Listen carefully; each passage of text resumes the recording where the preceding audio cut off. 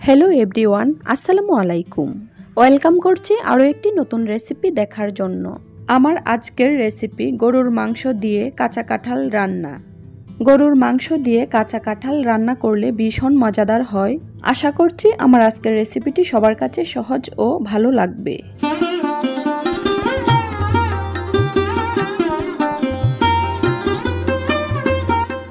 তাহলে চলুন চলে যাই রেসিপির মূল পর্বে। রেসিপিটি তৈরি করার জন্য প্রথমে একটি কাঁচা কাঁঠাল পেড়ে নিচ্ছি। কাঁঠাল পেড়ে নেওয়ার পর কাঁঠালের বোটার অংশ দিয়ে যে আঠা বের হয় সেটা পড়ে যাওয়ার জন্য কিছুক্ষণ বাইরে রেখে দিচ্ছি। এবার কাঁঠালটাকে কেটে নিব। একটি বাটিতে পানি নিয়ে নিচ্ছি এবং বটিতে তেল লাগিয়ে নিচ্ছি। আমি হাতেও তেল লাগিয়ে নিব যাতে কাঁঠালের আটা হাতে লেগে না যায়। কাঁঠালটা আমি বটি দিয়ে কেটে নিচ্ছি, আপনারা নাইফের সাহায্যেও কেটে নিতে পারেন। প্রথমে কাঁঠালের বোটার অংশটা কেটে নিচ্ছি।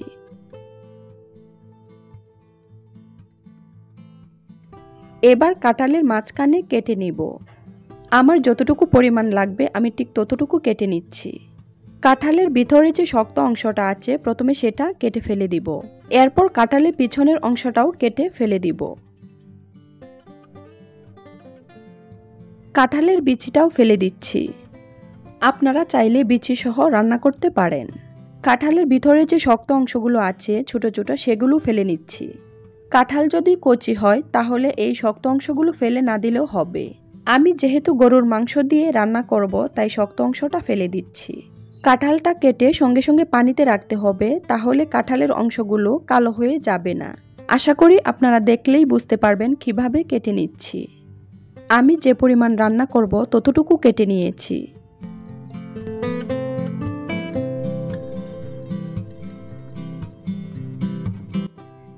এবার কেটে রাখা কাঁঠালটাকে সেদ্ধ করে নিব। দিচ্ছি হাফ চামচ পরিমাণ হলুদ গুঁড়া। সেদ্ধ করে নিলে কাঁঠালের যে আঠা থাকে সেটা আর থাকবে না। 2 থেকে 3 মিনিটের মতো সেদ্ধ করলেই হবে।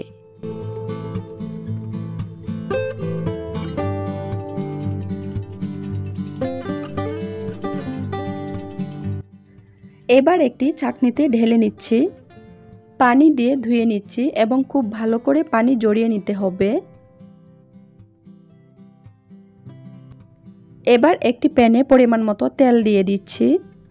এখানে 2টা বড় সাইজের আলু নিয়েছি। সামান্য হলুদ দিয়ে অল্প আঁচে ভেজে নিব। ভাজতে ভাজতে আলুগুলো 50% সেদ্ধ হয়ে যাবে।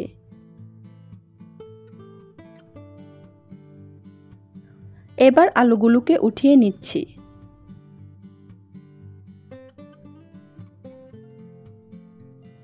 একই তেলে সেদ্ধ করে রাখা কাঁঠালের টুকরাগুলো ভেজে নিচ্ছি। 3 থেকে 4 মিনিটের মতো ভেজে নিলেই হবে।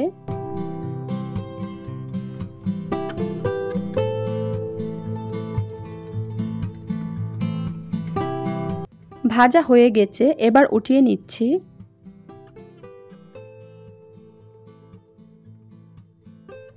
এখানে 1 কেজি গরুর মাংস খুব ভালো করে ধুয়ে পরিষ্কার করে নিয়েছি। মাংসটা একটি পাত্রে নিয়ে নিচ্ছি। দিচ্ছি হাফ কাপ পেঁয়াজ কুচি, হাফ কাপ পেঁয়াজ বাটা, 1 টেবিল চামচ রসুন বাটা, 1 টেবিল চামচ আদা বাটা, হাফ টেবিল চামচ হলুদ গুঁড়া, 1.5 টেবিল চামচ মরিচ গুঁড়া, 1 টেবিল চামচ ধনিয়া গুঁড়া, 1.5 টেবিল চামচ জিরার গুঁড়া, পরিমাণ মতো লবণ। দিচ্ছি হাফ চামচ ভাজা কালো জিরা ও মেথি গুঁড়া। হাতের কাছে না থাকলে স্কিপ করতে পারেন। দিচ্ছি কয়েকটি লবঙ্গ ও তেজপাতা, এলাচি ও দারচিনি।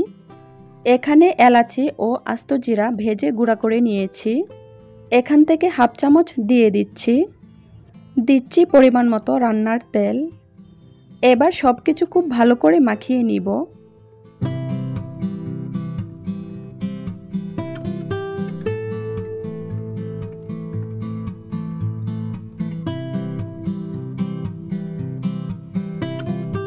অল্প একটু পানি দিয়ে দিচ্ছি। প্রথমে খুব বেশি পানি দেওয়ার প্রয়োজন নেই। এবার প্যানটাকে চুলায় বসিয়ে দিয়েছি। মাংসটাকে খুব ভালো করে কষিয়ে নিব। মাঝে মাঝে নেড়েচেড়ে দিতে হবে যেন নিচে লেগে না যায়।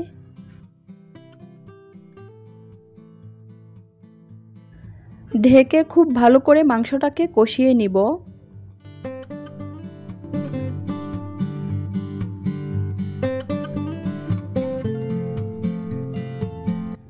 মাংসটা খুব ভালো করে কষানো হয়ে গেছে। এবার সেদ্ধ করার জন্য পরিমাণ মতো পানি দিয়ে দিচ্ছি। ঢেকে রান্না করব 30 মিনিটের মতো। 30 মিনিট পর মাংসটা সেদ্ধ হয়ে গেছে। আবারও খুব ভালো করে মাংসটা কষিয়ে নিচ্ছি। যে কোনো মাংস যত ভালোভাবে কষানো যাবে খেতে ততটাই টেস্টি হবে। এবার ভেজে রাখা আলু দিয়ে আবারও কষিয়ে নিব। এ সময় চুলার হিট কমিয়ে রাখতে হবে। ঢেকে কষিয়ে নিব 2 মিনিটের মতো।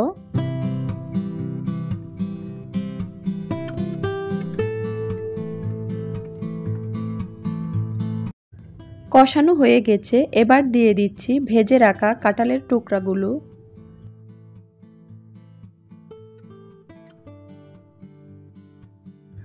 সবকিছু আবারও কষিয়ে নিব 3 মিনিটের মতো।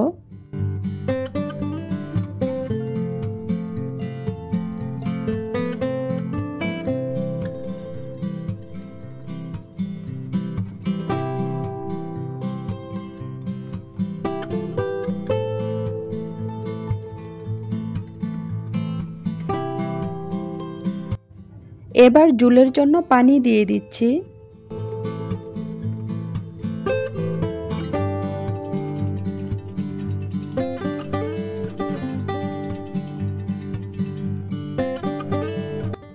ঢেকে রান্না করব ঝোলটা ঘন হয়ে আসা পর্যন্ত। মাংসটা প্রায় হয়ে গেছে। নামানোর আগে দিয়ে দিচ্ছি ভাজা এলাচ ও জিরার গুঁড়া।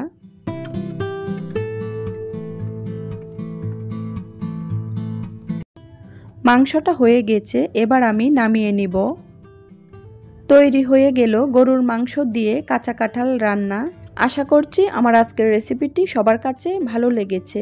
আমার রেসিপিটি যদি ভালো লেগে থাকে তাহলে আমার চ্যানেলটিকে সাবস্ক্রাইব করে রাখতে পারেন। সবাই ভালো থাকবেন। আল্লাহ হাফেজ।